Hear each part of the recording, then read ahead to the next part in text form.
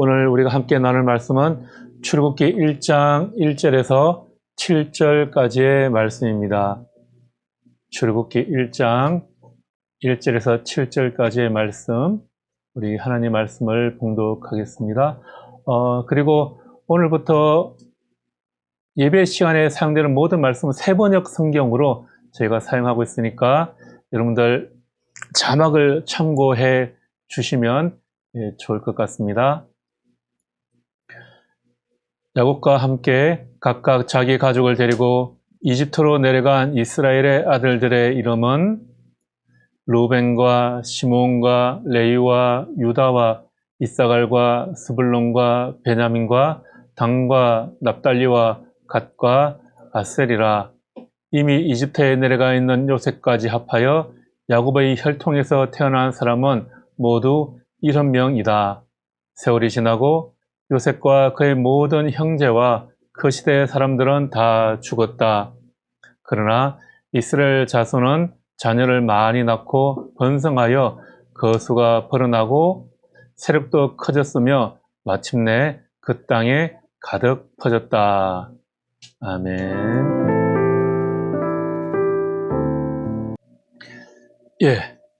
지난 한 주간은 이번 겨울 들어서 가장 추운 날씨였습니다.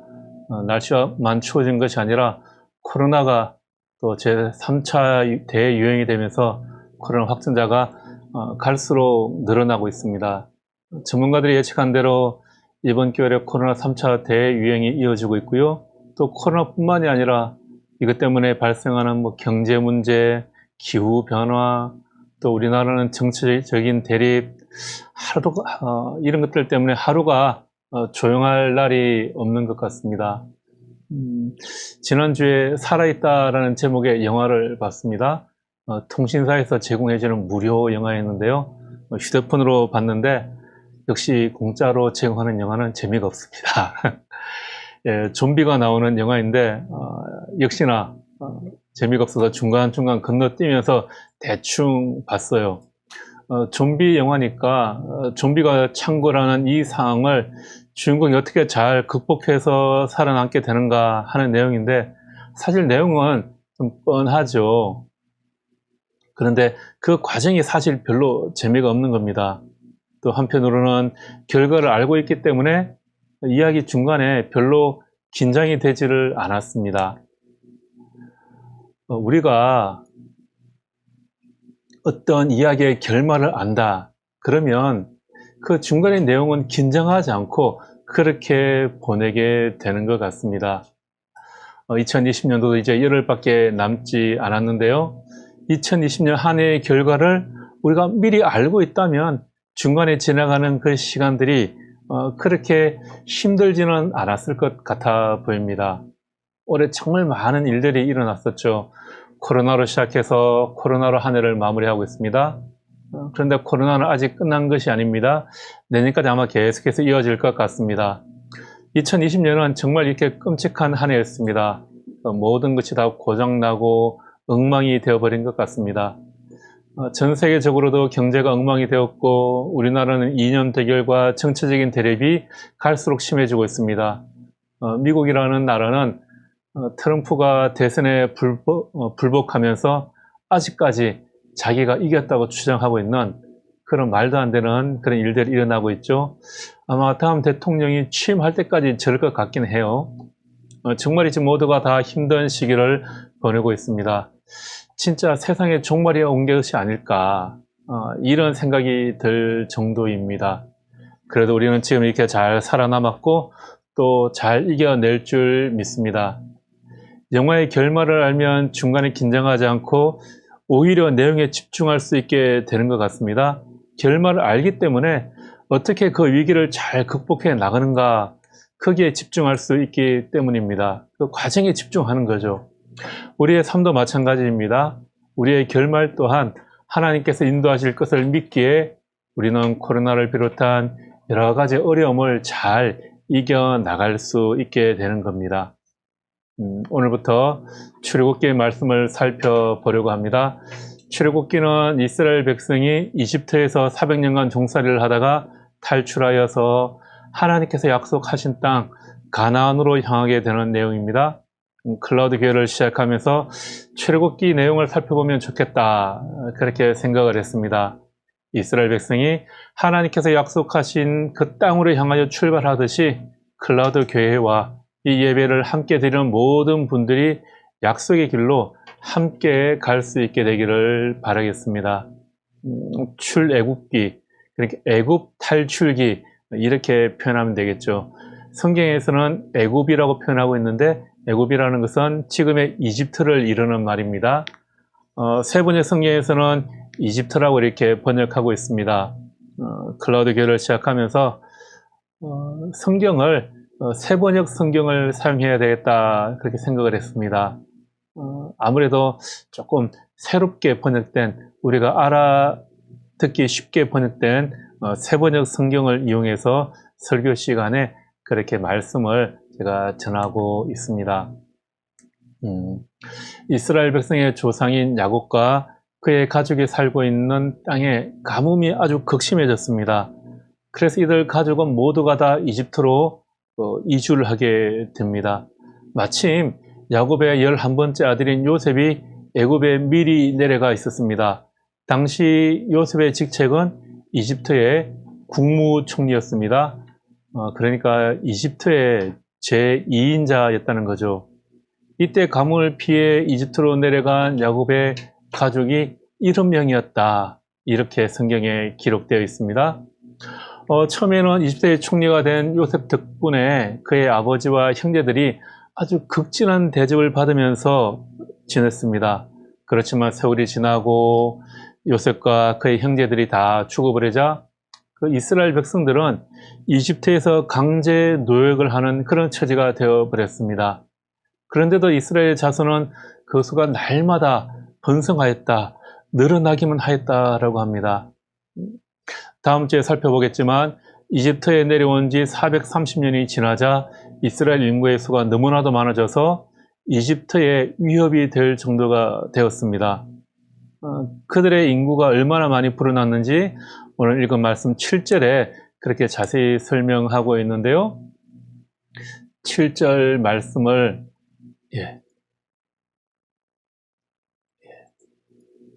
7절 말씀을 읽어보겠습니다. 이스라엘 자손은 자녀를 많이 낳고 번성하여 그 수가 벌어나고 세력도 커졌으며 마침내 그 땅에 가득 퍼졌다. 이게 보면 비슷한 동사가 계속해서 반복되고 있죠. 낳았다, 번성하다, 또 불어나다, 커지다, 이렇게 같은 의미의 동사가 4번이나 반복되고 있습니다. 이렇게 반복하는 것을 완전 강조라고 한다고 그래요. 완전 강조. 강조를 많이 한다는 거죠. 이렇게 비슷한 동사를 4번이나 사용해서 우리에게 말해주고 싶은 것이 무엇일까? 그것은 이스라엘의 번성이 하나님의 약속에 기초한 축복의 결과다라는 것입니다. 430년 전에 자기들이 알지도 못하는 조상이 고향을 떠나 이곳 이집트에 자리 잡았는데 이제 자신들은 종살이를 하고 있습니다. 종으로 태어나서 종으로 죽어갔습니다. 그런 강제 노역으로 인해서 그들의 삶이 얼마나 힘들었겠습니까? 그런데 하나님께서는 그들의 조상인 아브라함에게 하신 약속을 잊지 않으셨습니다. 그래서 종살이를 하는 중에서도 그들을 아주 번성하게 하여 주셨다라는 것이죠. 아브라함이 가진 그 약속을 이루어 주신 것입니다. 이집트에 내려갈 때 그들의 숫자가 70명이었는데 430년 후인 지금 그들의 백성의 숫자가 몇 명입니까? 그 백성의 숫자가 장정만 60명이다. 이렇게 이야기하고 있습니다. 장정만 60만. 장정이라는 말은 아주 신체 건강하여 씩씩하게 잘 다닐 수 있는 그 청장년 남자를 의미하는 말입니다. 그러니까 인구 전체를 더하면 200만 명 정도 되는 겁니다. 70명이 내려와서 430년 후에 200만 명이 되었다라는 거죠. 그 이집트에서 강제 노역을 하는 이스라엘 백성들의 그 모습을 보면 어떻습니까? 참으로 비참하지 않습니까? 그런데 하나님께서는 기적적인 보호로 말미암아서 그의 약속을 지키시고 은혜를 베풀어 주십니다. 지금 전 세계가 코로나에 사로잡혀 있습니다. 그러나 우리가 하나님의 약속을 의지하여 이 어려움을 견뎌 나간다면 하나님께서 우리를 더 번성하고 강하게 하여 주실 줄 믿습니다. 먼저 1절에서 보면 야곱이 데리고 간 아들들의 이름이 나오고 있죠. 1절 말씀을 읽어 보겠습니다. 출애굽기 1장 1절 말씀에 보면 야곱과 함께 각각 자기 가족을 데리고 이집트로 내려간 이스라엘의 아들들의 이름은 이렇게 시작을 하고 있습니다.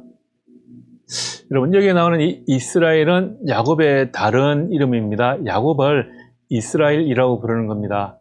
야곱이라는 이름의 원래의 뜻은 속이다, 발꿈치를 잡다, 이런 의미가 있습니다.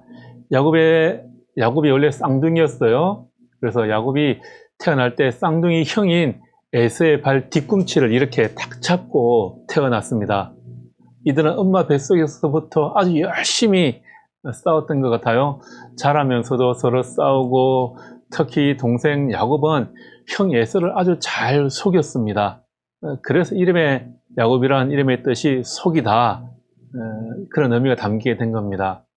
아버지 이삭을 속이고 야곱이 아버지의 축복을 다 가로채버리는 사건이 생기자 형 에서가 화가 나서 이 야곱을 내가 잡아 죽이겠다고 그렇게 죽일 뜻이 되들었습니다. 그러자 무서웠던 야곱은 외삼촌 집으로 잠시 피신하기 위해서 갔는데, 잠시 피신하기 위해 간 그곳에서 아주 오랜 세월을 보내며 결혼도 해서 12아들과 딸 하나를 낳게 되었죠. 그리고 세월이 지나고 흐르고 흘러서 야곱은 외삼촌 집을 떠나서 자기 고향 이스라엘 땅으로 다시 돌아오게 됩니다. 그리고 형 에서와 화해를 하게 되죠. 그런데 화해를 하러 만나기 전에 야곱은 이 에서가 너무나도 무서웠습니다. 그래서 얍곡강이라는 그 강가에 가서 하나님께 간절히 기도하죠. 기도하다가 천사를 만나 천사와 씨름하게 됩니다. 여기에서 야곱은 이스라엘이라는 이름을 얻게 되는데요. 이스라엘이라는 뜻은 하나님과 씨름한 사람, 이런 의미입니다. 그리고 하나님께서 그에게 이제부터 내가 너의 이름을 야곱이 아니라 이스라엘이라고 부르겠다, 이렇게 말씀을 하십니다. 또 이어서 그에게서 많은 민족이 나오게 될 것이다, 그렇게 축복의 말씀을 해 주시죠. 1절에서 야곱의 아들들이 아니라 이스라엘의 아들들, 이렇게 기록하고 있는 것은 이 가족들이 비록 지금 가뭄을 피해서 이집트로 도피하고 있는 길이기는 하지만 그들이 하나님의 백성이다, 이 사실을 보여주고 있는 것입니다. 그런데 하나님께서는 왜 하필 이집트로 이스라엘 백성을 피난 가게 하셨을까요? 이집트는 이스라엘 백성들이 피난처로 그렇게 적당하지 않은 곳으로 보입니다. 이집트는 태양신을 섬기는 우상 숭배가 아주 극심한 곳이었습니다. 성경에서는 이곳을 항상 보면 타락과 부패의 상징으로 그렇게 묘사를 하는 땅이 바로 이 이집트 땅입니다. 그런데도 하나님께서는 이집트를 하나님의 백성이 살아갈 장소로 선택하셨습니다. 왜 그랬을까? 그것은 이집트가 비록 우상 숭배가 극심한 땅이긴 하지만 이스라엘 백성들이 살아가기에는 또 나름 한편으로는 아주 안성맞춤인 곳이었기 때문입니다. 이집트 사람들이 비록 극심한 우상 숭배를 했지만 그들은 유목을 하는 사람들을 아주 극도로 혐오를 했어요. 그래서 유목민들과는 아예 상종을 하지 않는 그런 백성들이었습니다.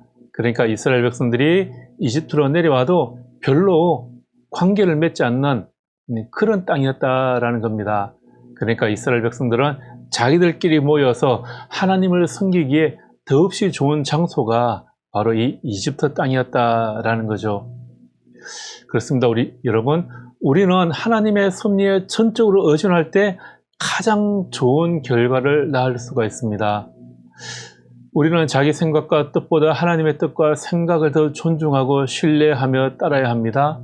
그럴 때 우리는 형통하고 복된 삶을 살아갈 수가 있습니다. 시편 37편 5절 말씀에 이렇게 기록되어 있습니다. 내 갈 길을 주님께 맡기고 주님만 의지하여라. 주님께서 이루어 주실 것이다. 또 로마서 11장 33절에서는요. 하나님의 부여하심은 어찌 그리 크십니까? 하나님의 지혜와 지식은 어찌 그리 깊으십니까? 그 어느 누가 하나님의 판단을 헤아려 알 수 있으며 그 어느 누가 하나님의 길을 더듬어 찾아낼 수 있겠습니까? 우리는 지금 코로나로 인해 최악의 시기를 보내고 있습니다. 지금 우리가 걸어가고 있는 이 길이 이집트로 내려가는 것처럼 어쩌면 내리막길인 것처럼 보여지고 그렇게 생각될 때가 있습니다. 우리의 눈에는 내리막길인 것처럼 그렇게 보이지만 하나님께서 인도하시는 길은 언제나 최선의 길이라는 것을 믿으시기를 바랍니다. 내 갈 길을 주님께 맡기고 주님만 의지하여라. 주님께서 이루어 주실 것이다. 이 말씀을 신뢰하시기 바랍니다. 또 5절에서는 요셉에 대해서 설명하고 있는데 이미 이집트에 내려가 있는 요셉 이렇게 설명을 하고 있습니다. 야곱의 아들 요셉이 이집트에 이미 내려가 있었다. 요셉이 이집트에 미리 내려가 있었던 이유는 이렇죠. 요셉도 그렇게 좋은 일로 이집트에 미리 내려가 있었던 것은 아니었습니다. 믿음의 조상 아브라함은 그의 아들 이삭을 낳았고요. 이삭은 에서와 야곱을 낳았습니다. 야곱이 어떤 사람이었는지 제가 앞에서 짧게 말씀을 드렸죠. 형 에서가 무서워서 외삼촌 라반의 집으로 도망갔던 야곱은 4명의 부인으로부터 12명의 아들을 낳았고요. 그 중에 11번째 아들이 요셉이었습니다. 그런데 이 요셉은 아버지 야곱이 가장 사랑하는 아들이었습니다. 그래서 엄청 편애를 많이 했죠. 형들로부터 시기와 질투를 받았습니다. 그러다가 형들이 이집트의 종으로 이 요셉을 팔아버리게 됩니다. 그러나 하나님께서 요셉과 함께 하셔서 종살이와 옥살이의 환난을 다 거치면서 도리어 그를 이집트의 국무총리로 세워주셨습니다. 그런데 하나님께서 요셉과 함께 해주셨다면 요셉이 이집트의 종으로 팔려가는 것을 왜 그렇게 막지 않으셨을까? 또 이집트에 팔려가서도 그곳에서 좀 편안하고 품이 있는 길을 다 제쳐놓고 왜 그렇게 고달프고 눈물겨운 종살이와 옥살이를 통해서 국무총리가 되게 하셨는가? 그런 생각을 하게 됩니다. 이왕 이집트의 국무총리가 될 것이라면 좀 엘리트 코스를 잘 밟아가게 하시지. 요셉은 말 그대로 고생이라는 고생은 다 겪게 하셨습니다. 창세기 37장 2절, 4절 말씀에 보면 이렇게 기록되어 있는데요. 창세기 37장 2절 말씀부터 제가 읽어보겠습니다. 야곱의 역사는 이러하다. 17살 된 소년 요셉이 아버지의 첩들인 비라와 실바가 낳은 형들과 함께 양을 치는데 요셉은 형들의 허물을 아버지에게 일러 바치곤 하였다. 이스라엘은 늙음하게 요셉을 얻었으므로 다른 아들들보다 요셉을 더 사랑하여서 그에게 화려한 옷을 지어서 입혔다. 형들은 아버지가 그를 자기들보다 더 사랑하는 것을 보고서 요셉을 미워하며 그에게 한마디도 다정스럽게 하는 법이 없었다. 여러분들, 형들이 요셉에 대해서 한마디도 다정스럽게 하는 법이 없었다. 형들이 요셉을 얼마나 시기했는지 여러분 느껴지시죠? 창세기 말씀을 보면 요셉이 형들의 시기를 겪을 수밖에 없는지만 골라서 하는 것을 보게 됩니다. 17살이면 이제 어느 정도 좀 철이 덜망한 나이도 되지 않았습니까? 그런데 요셉은 그 나이가 되기까지 아버지의 온갖 편애는 다 받았습니다. 그렇게 아버지의 편애를 힘입어서 집안일을 돌보는 형들을 돕기는커녕 오히려 이복 형들의 허물을 낱낱이 아버지에게 다 고자질하는 그런 아들이었습니다. 게다가 아버지가 자기에게만 입혀진 이 화려한 색동옷을 당연한 듯이 걸치고 다니면서 형들 앞에서 자랑하고 거드름을 피울 정도로 남은 전혀 생각하지 않는 그런 아들이었습니다. 형들에 의해서 이집트의 종으로 팔려가던 날에도 들에서 양을 치고 있던 형들을 찾아가서 이 형들이 일을 잘하고 있나 뭘 하고 있나 그렇게 정탐하러 나갔다가 형들의 그 시기와 질투를 받아서 종으로 팔려가게 된 것입니다. 한마디로 형들이 미워할 수밖에 없는 그런 지극히 자기 중심적인 그런 사람이었고 밉상 중에 밉상 그런 사람이었습니다. 만약에 이런 요셉이 그런 상태로 자라서 어른이 되었다면 아주 자기밖에 모르는 아주 이기적인 그런 사람이 되었을 것입니다. 이것이 하나님께서 요셉이 이집트의 종으로 팔려가게 하신 이유입니다. 이역멀리 타양에서 혀를 당신 종살이 옥살이를 거치게 하시면서 이 요셉이 자기 중심적이고 이기적인 이 그릇된 성품에서 벗어나 이 성품을 바르게 고쳐주시기 위한 과정이 바로 그렇게 이집트로 내려가는 과정이었다라는 것입니다. 그를 아버지 야곱으로부터 떼어놓지 않고서 어떻게 그 성품이 고쳐질 수 있겠습니까? 그뿐만이 아니라 야곱이 종살이를 했던 곳은 이집트 왕 바로의 경호대장인 보디발 장군의 관저였습니다. 그것은 단순히 보디발이 살아가는 집이 아니라 그 안에는 국가 사범들을 따로 수감할 수 있는 큰 감옥이 있는 그런 국가기관이었습니다. 거기에서 종살이를 시작한 요셉은 보디발 장군의 신임을 얻어서 그곳 살림을 다 책임지게 되었죠. 그 후에 또 요셉은 보디발 장군 아내의 농간으로 옥살이를 하게 됩니다. 그런데 또 그가 수감된 감옥이 바로 어떤 곳입니까? 그런 잡범들이 오는 그런 감옥이 아니라 국가사범, 그러니까 정치범들이 수감되는 그런 감옥이었습니다. 그래서 거기에서도 신임을 얻어서 요셉은 그곳에 갇혀있는 모든 정치범들을 관리하는 일을 맡게 되죠. 말하자면 자연스럽게 인사관리 또 정치 수업을 받게 되었던 것입니다. 그와 같은 인사관리 정치 수업은 만약 이집트의 종으로 팔려가지 않았다면 절대 겪을 수 없는, 할 수 없는 그런 훈련이었습니다. 그러나 하나님께서는 그 모든 과정을 거치게 하심으로 그가 당시 세계 최고의 제국이었던 이집트의 국무총리가 될 수 있는 그런 제목으로 그를 키워주신 것입니다. 그러니까 여러분, 요셉은 결코 요행으로 이집트의 국무총리가 된 것이 아니었습니다.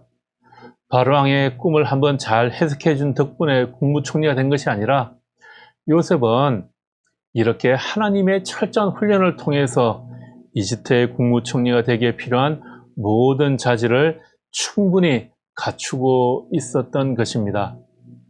이처럼 요셉이 전적으로 하나님의 은혜에 의해서 자기 중심적인 그릇된 성품이 고쳐졌을 뿐 아니라 또 타국인 이 이집트의 국무총리가 되었을 때 그는 늘 하나님과 함께하는 삶을 살아가게 되는 것입니다.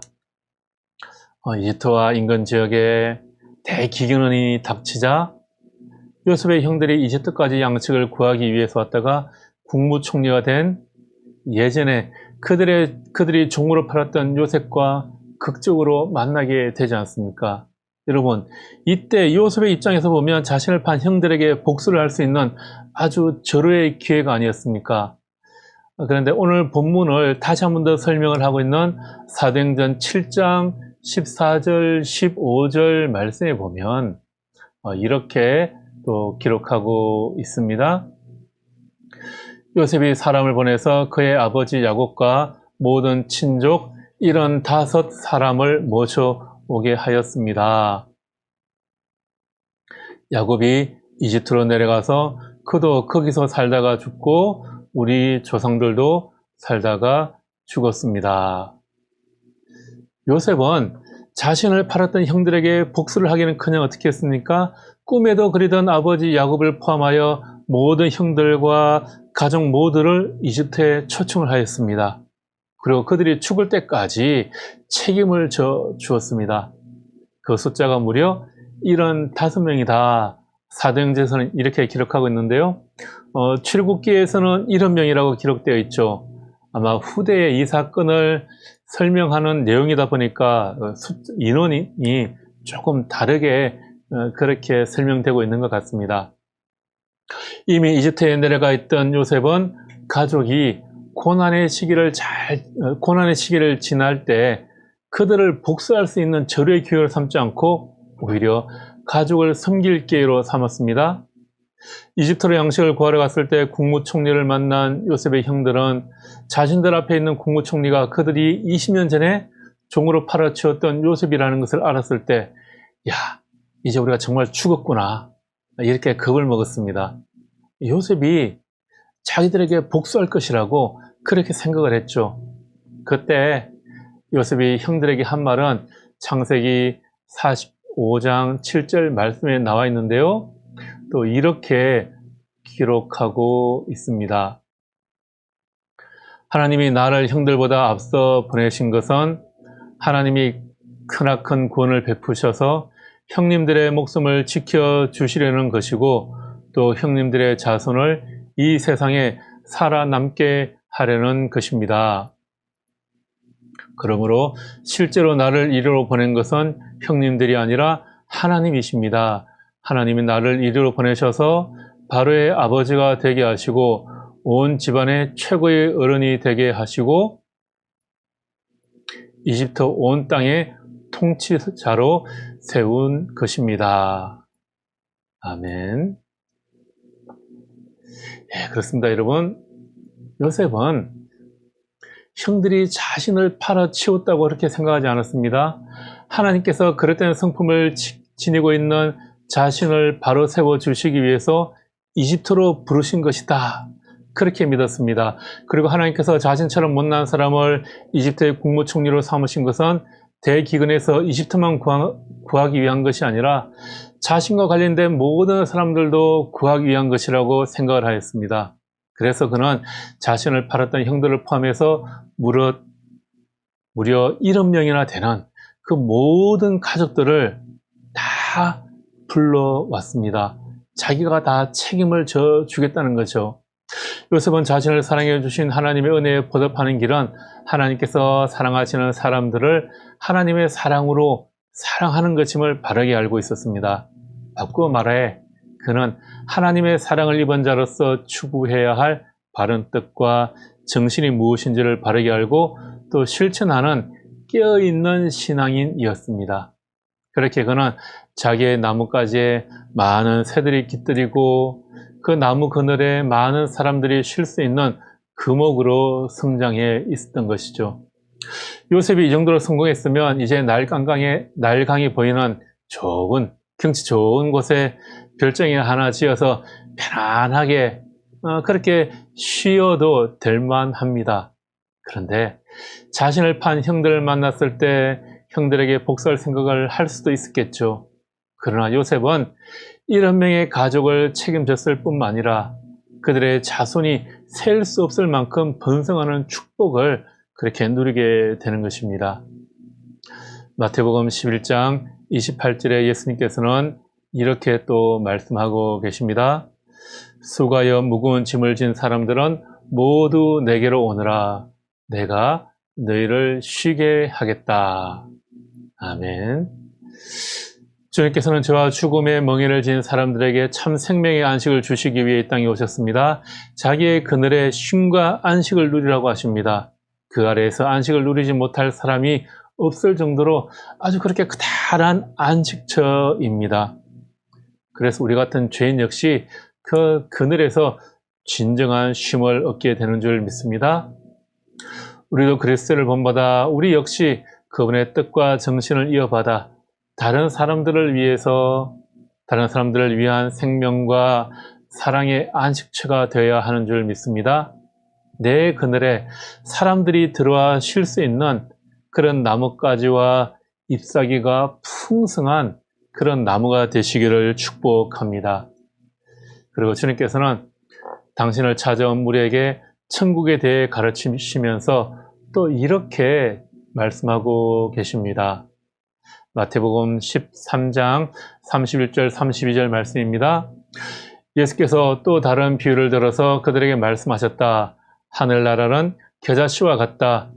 어떤 사람이 그것을 가져다가 자기 밭에 심었다. 겨자씨는 어떤 씨보다 더 작은 것이지만 자라면 어떤 풀보다 더 커져서 나무가 된다. 그리하여 공중의 새들이 와서 그 가지에 깃들인다. 겨자씨의 특징은 모든 씨 중에서 가장 작다는 것입니다. 모래 하늘보다도 작은 겨자씨를 보면 거기로부터 풀 한 잎이나 제대로 날까? 그런 생각이 들 정도로 아주 작습니다. 그러나 그 작은 씨에서 돋아난 싹은 놀랍게도 새들이 눅눅하게 깃들 정도로 아주 큰 나무로 자라나게 됩니다. 얼마나 경이로운 일입니까? 천국의 사람도 이와 같다고 주님께서는 말씀하십니다. 겨자씨처럼 아주 작아 보이는 우리를 할지라도 하나님을 따르는 올바른 믿음의 사람이 된다면 많은 사람들이 그 그늘에 들어와서 쉴 수 있는 그런 가지와 잎을 가진 넉넉한 거목이 될 수 있을 줄 믿습니다. 비록 그 사람은 보잘것없을지언정 그 사람 속에서 역사하시는 하나님의 사랑과 생명으로 인해서 가능하게 되는 것입니다. 오늘 본문에 나오는 요셉이 바로 그런 사람이었습니다. 그는 본래 형들을 돕기는커녕 형들의 허물을 아버지께 고해 바치면서 혼자만 색동옷을 입고서 그렇게 자랑이나 할 줄 아는 그런 어찌 보면 참 형편없는 그런 사람이었습니다. 그런 성품으로는 단 한 사람이라도 제대로 사랑하는 것이 불가능했을 것입니다. 그러나 그의 그늘에서 쉬고자 하는 사람이 아무도 없을 것 같아 보입니다. 그러나 그가 하나님의 은혜로 바로 서게 되었을 때 그는 그를 팔았던 형들을 비롯하여 1억 명이나 되는 가족이 그의 그늘에서 안식을 얻게 하는 사랑과 생명을 나누는 사람이 되었던 것입니다. 여러분, 우리는 어떤 나무입니까? 일평생 남을 찌르기만 하는 그런 가시나무와 같은 사람들입니까? 우리 인생의 가지는 도대체 몇 명이나 그렇게 와서 깃들일 수 있겠습니까? 내 인생의 그늘에서 참 생명의 쉼을 얻고 있는 사람은 도대체 몇 명이나 되는 것 같아 보입니까? 2020년 한 해를 마무리하는 시간입니다. 올 한 해도 이제 열흘밖에 남지 않았습니다. 코로나로 인해 아주 힘든 시기에 따스한 성김의 손길이 더욱 필요할 때입니다. 여러분들의 삶이 야곱처럼 요셉처럼 그렇게 1억 명의 가족을 섬길 수 있는 거목과 같은 가정이 되기를 바라겠습니다. 여러분들이 그렇게 또 사랑을 베푼다면 여러분의 가정을 그런 거목으로 만들어 주실 줄 믿습니다. 우리는 부족하지만 주님의 사랑과 인도하심이 함께하기에 우리의 그늘에서 많은 사람이 위로와 쉼을 얻게 될 것입니다. 연말이면 자주 나오는 시인데요. 안도현 시인의 너에게 묻는다라는 시가 있죠. 이 시를 읽어드리며 말씀을 마무리하도록 하겠습니다. 연탄재 함부로 발로 차지 마라. 너는 누구에게 한 번이라도 뜨거운 사람이었느냐? 우리는 누군가가 나에게 찾아와 쉼을 얻도록 평안과 그늘을 제공해 주는 사람이었습니까? 우리는 누군가에게 한 번이라도 뜨거운 사랑을 전해준 사람이었습니까? 예수님이 우리에게 오심을 기다리는 이 대림절 마지막 주간 주님께서 우리에게 하시는 질문인 것 같습니다. 여러분은 누군가를 축복하기 위해 이미 선택받은 하나님의 사람인 줄 믿습니다. 아멘. 기도하겠습니다.